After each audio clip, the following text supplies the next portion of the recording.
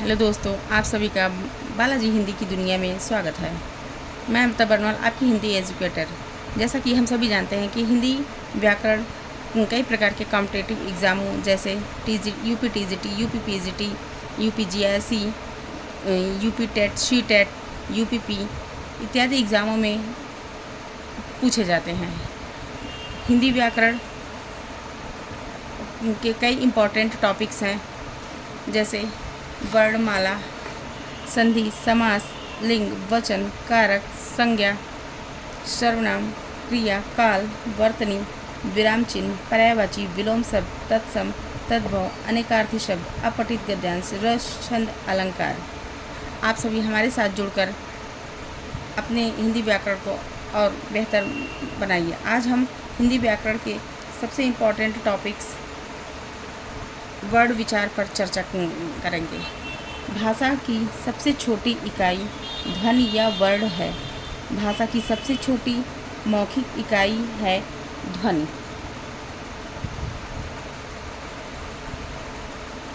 भाषा की सबसे छोटी लिखित इकाई है वर्ण।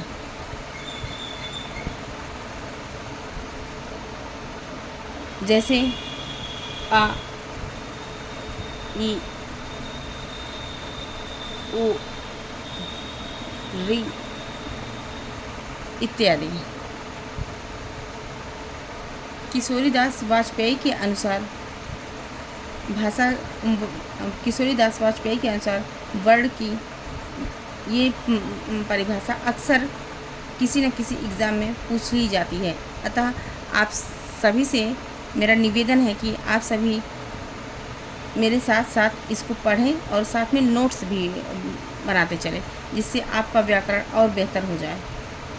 वर्ण वह छोटी से छोटी ध्वनि है जो कान का विषय है, अर्थात कानों से सुना जाता है और जिसके टुकड़े नहीं किए जा सकते। वर्ण के खंड या टुकड़े नहीं किए जा सकते हैं। इसी को परिभाषित करते हुए पंडित कामता प्रसाद गुरु भी कहते हैं कि वर्ण उस मूल ध्वनि को कहते हैं जिसके खंड न हो सके, जैसे अ, ई, क, ख आदि। वर्ण या अक्षर रचना की दृष्टि से भाषा की लघुतम इकाई है। लघुतम अर्थात सबसे छोटी। वर्ण या अक्षर से छोटा और हिंदी में कुछ भी नहीं है। मात्रा, प्रत्येक स्वर के उच्चारण में जो थोड़ा बहुत समय लगता है उसे मात्रा कहते हैं। वर्णमाला, वर्णों के व्यवस्थित समूह को वर्णमाला कहते हैं। जैसे स्त्रियां अपने गले में मोतियों की माला पहनती हैं, उसमें एक एक मोती पिरोए जाते हैं।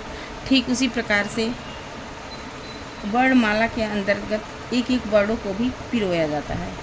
हिंदी में कुल 53 वर्ण हैं जो निम्नांकित हैं। मानक देवनागरी वर्णमाला। स्वर, जैसा कि हम सभी जानते हैं कि हिंदी में कुल 11 स्वर हैं, जैसे अ, आ, इ, उ, री, ए, ओ, औ। स्वर तो 11 होते हैं, किंतु उनकी जो मात्राएं हैं वो केवल 10 ही होती हैं, क्योंकि जो छोटा आ है उसकी कोई मात्रा नहीं होती। बड़ा आ की मात्रा होती है, छोटी ई की मात्रा होती है, बड़ी ई की मात्रा है, छोटा ऊ की भी मात्रा है, बड़े ऊ की भी मात्रा है, री की मात्रा है, ए की मात्रा, ए की मात्रा है, ओ की मात्रा है, औ की मात्रा है।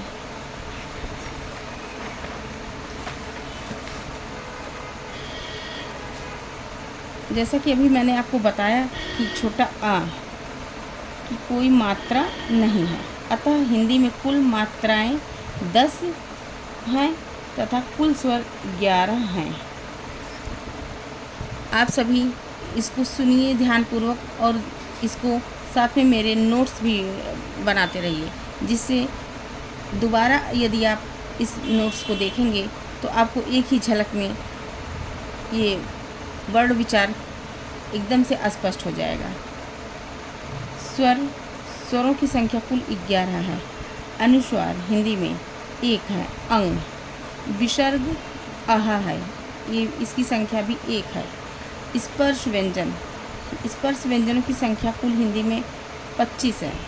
जैसे क से लेके, क वर्ग से लेके प वर्ग तक पूरे टोटल 25 व्यंजन हैं। क वर्ग से प वर्ग तक। क वर्ग के अंतर्गत क, ख, ग, घ, अंग आता है। च वर्ग के अंतर्गत च, छ, ज, झ, ञ आता है। ट वर्ग के अंतर्गत ट, ठ, ड, ढ, अड़। त वर्ग के अंतर्गत त, थ, द, ध, न और प वर्ग के अंतर्गत प, फ, ब, भ, म। इस प्रकार स्पर्श व्यंजन पूरे टोटल हो गए 25। और इसके अलावा अंतस्थ व्यंजन भी हिंदी में है, जिसकी संख्या कुल 4 है।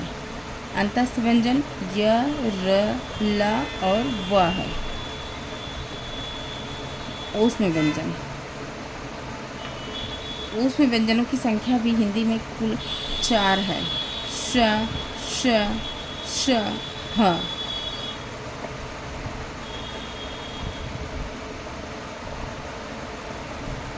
इस सा को तालव्य सा बोलते हैं, इसे मूर्धन्य सा, इसे छोटा सा भी बोलते हैं। संयुक्त व्यंजन, हिंदी में संयुक्त व्यंजनों की संख्या भी 4 है। ये है छ, त्र, ज्ञ, श, जिसमें छ, क और मूर्धन्य श के योग से बनता है। छ कैसे बनता है? छ बनता है क प्लस मूर्धन्य श के योग से।